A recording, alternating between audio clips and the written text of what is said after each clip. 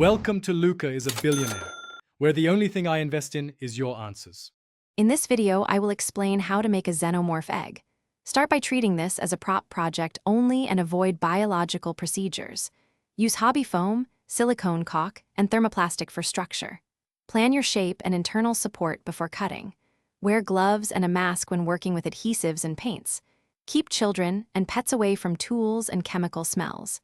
Aim for a durable, transportable prop that looks eerie but is completely safe. Collect all your materials before starting so the build flows smoothly.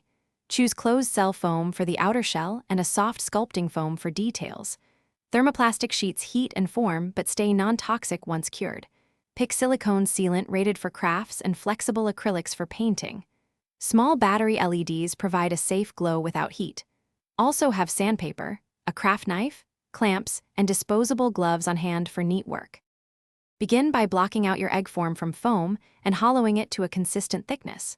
Install a simple internal skeleton using PVC or wire to hold shape during transport.